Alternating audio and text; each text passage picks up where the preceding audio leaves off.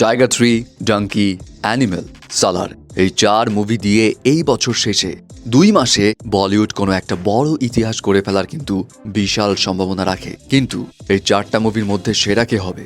1000 কোটির ক্লাবে কে ঢুকবে? নাকি প্রতিটা মুভি বাজি মাত করার ক্ষমতা রাখে? দেখুন 2023-এ সিনারিওটা এমন হয়ে গেছে যে এখন এ লিস্টেড অ্যাক্টরদের মুভি ওই 300 কোটি 500 কোটি এমন ক্লাবে ঢুকলো কি ঢুকলো না এগুলো আসলে মেজর আলোচনার বিষয়ই না। এখন খেলা তো আরো বড়। 1000 কোটি রুপির ক্লাবে ঢুকতে পারছে কি পারছে না সেটা হচ্ছে মুখ্য বিষয়। আমি যদি 2016 থেকে 2022 সালের দিকে তাকাই তাহলে বলিউডের মুভি 1000 কোটি রুপির ক্লাবে ঢুকেছে মাত্র একটা, অ্যান্ড সেটা আমির খানের দাঙ্গাল। কিন্তু এই বছর 2023-এ দুইটা মুভি রয়েছে যারা ঢুকেছে 1000 কোটি রুপির ক্লাবে, এক জওয়ান, 2 পাঠান।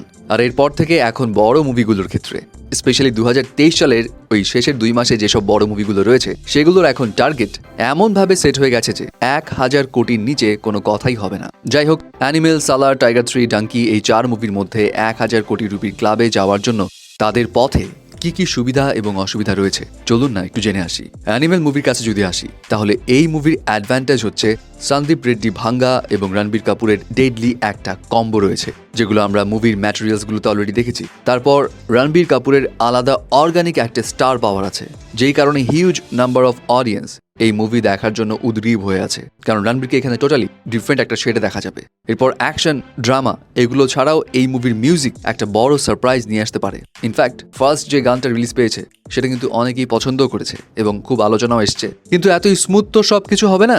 এই মুভির 1000 কোটি রুপির আয়ের ক্ষেত্রে অনেক বড় একটা সমস্যা হয়ে দাঁড়াতে পারে এই মুভির সেন্সর সার্টিফিকেট। শোনা যাচ্ছে সেন্সর বোর্ড এটাকে অ্যাডাল্ট সার্টিফিকেট দিবে, আর যদি তাই দেয় তাহলে অডিয়েন্স তো লিমিটেড হয়ে গেল, একটা রেস্ট্রিকশন চলে আসলো। অ্যান্ড আরেকটা বিগ ইস্যু হলো এই মুভি রিলিজ ডেট।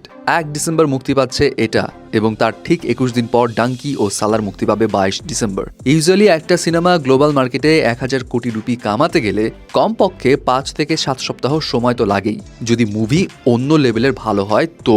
কিন্তু অ্যানিমেলের ক্ষেত্রে সময় পাচ্ছে তারা ক্ল্যাশ হবার মাত্র 3 সপ্তাহ। সো এটা একটা বড় চ্যালেঞ্জ আর কি। এখন প্রভাসের সালারের কাছে যদি আসি, ভাই এ কথা সত্যি যে প্রভাসের সময় কিন্তু ভালো যাচ্ছে না। তাকে যদি সত্যিকার অর্থেই ট্র্যাকে এই সময় কোনো মুভি ফিরিয়ে আনতে পারে তো সেটা কেবলমাত্র সালারই রয়েছে। এখন সালারের ক্ষেত্রে সুবিধা হচ্ছে সালারের ডিরেক্টর প্রশান্ত নীল, যিনি একটা ম্যাস মুভি মেকার, কেজিএফ দিয়ে অলরেডি প্রমাণিত। এছাড়া এই মুভির ছোট্ট যেই গ্লিমসগুলো দেখেছি সেটা দেখে মনে হচ্ছে প্রভাস সত্যিকার অর্থেই ট্র্যাকে ফিরছে এবং এই মুভিতে একটা মাসালা পারফরমেন্স দিবে। এবং আরেকটা বড় অ্যাডভান্টেজ, প্রভাসের কিন্তু সিঙ্গেল স্ক্রিনে ডমিনেন্ট করার একটা আলাদা পাওয়ার আছে, যদি তার গল্প সেই লেভেলের হয়তো। সো এই মুভি যদি ওই লেভেলের গল্প হয়ে যায় তাহলে সিঙ্গেল স্ক্রিনে প্রভাস ফাটিয়ে দিবে, তাকে তখন আটকানো আর সম্ভব হবে না। আর অসুবিধা হচ্ছে প্রভাসের একটা আলাদা ফ্যান পাওয়ার থাকলেও এই মুভি কিন্তু অনেকেই প্রভাসের জন্য দেখতে যাবে না, দেখতে যাবে কেবলমাত্র ভরসা করে ডিরেক্টর প্রশান্ত নীলের উপর। কারণ প্রভাস লাস্ট 3টা ফিল্ম সাহো, রাধেশ্যাম, আদিপুরুষ এগুলো কিন্তু খুব একটা ভালোভাবে অডিয়েন্সদের স্যাটিসফাই করতে পারেনি। অ্যান্ড আরেকটা ইস্যু হচ্ছে হয়তো ব্যাক টু ব্যাক মাসালা মুভি অডিয়েন্সরা একসেপ্ট নাও করতে পারে। ব্যাক টু ব্যাক বলছি কারণ 12 নভেম্বর টাইগার 3 আসবে, একটা মাসালা মুভি। এরপর 1 ডিসেম্বর অ্যানিমেল আসবে, আবার 22 ডিসেম্বর সালার। 3টা পরপর মাসালা মুভি হয়তো অডিয়েন্স নাও দেখতে চাইতে পারে, হু নোজ। এবার টাইগার 3 কাছে যদি আসি, টাইগার 3 যেটা মুক্তি পাচ্ছে 12 নভেম্বর, এবং সালমান খান টাইগার 3 মধ্য দিয়ে একটা প্রপার কমার্শিয়াল পট বয়লার মুভিতে কামব্যাক করছে।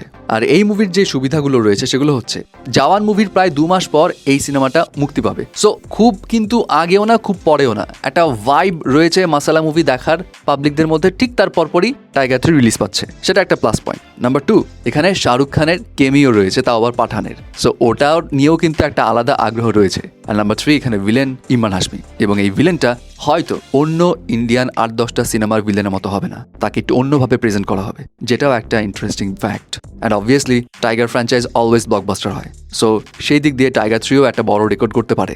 অসুবিধাগুলোর মধ্যে রয়েছে এই মুভির ডিরেক্টর মানিশ শর্মা, যে এর আগে ফ্যান ডিরেক্ট করেছিল, এবং ফ্যানের অবস্থা আমরা জানি যে কি। সো সেই ক্ষেত্রে এই মানিশ শর্মা যদি এই মাসালা মুভিতে কোনো গরমিল করে দেয় তাহলে ওয়ার্ড অফ মাউথ আসবে বাজে, এবং এই মুভির 1000 কোটি রুপির ক্লাবে ঢোকার সম্ভাবনা একদম চলে যাবে। ডাঙ্কির ক্ষেত্রে যদি আসি তাহলে ডাঙ্কির সম্ভাবনা সব থেকে বেশি বাকি মুভিগুলোর চাইতে খুব দ্রুত 1000 কোটি রুপির ক্লাবে ঢোকার, কারণ Shahrukh Khan already 2টো blockbuster movie দিয়ে দিয়েছে এবছর। সো সবাই শাহরুখ খানের এই ডাঙ্কি নিয়ে সুপার এক্সাইটেড এবং আশা করেই আছে এটা সুপার ডুপার ব্লকবাস্টার হবে।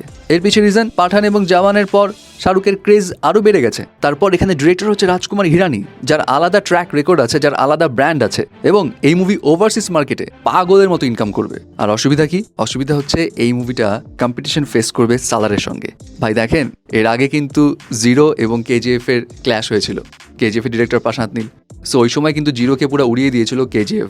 আর এখন যদি সামহাও ডাঙ্কির গল্প এদিক ওদিক হয় রে ভাই, হবে না, বাট যদি তাও হয় তাহলে প্রশান্ত নীল আবার কিন্তু উড়িয়ে দিতে পারে ডাঙ্কিকে, হু নোস।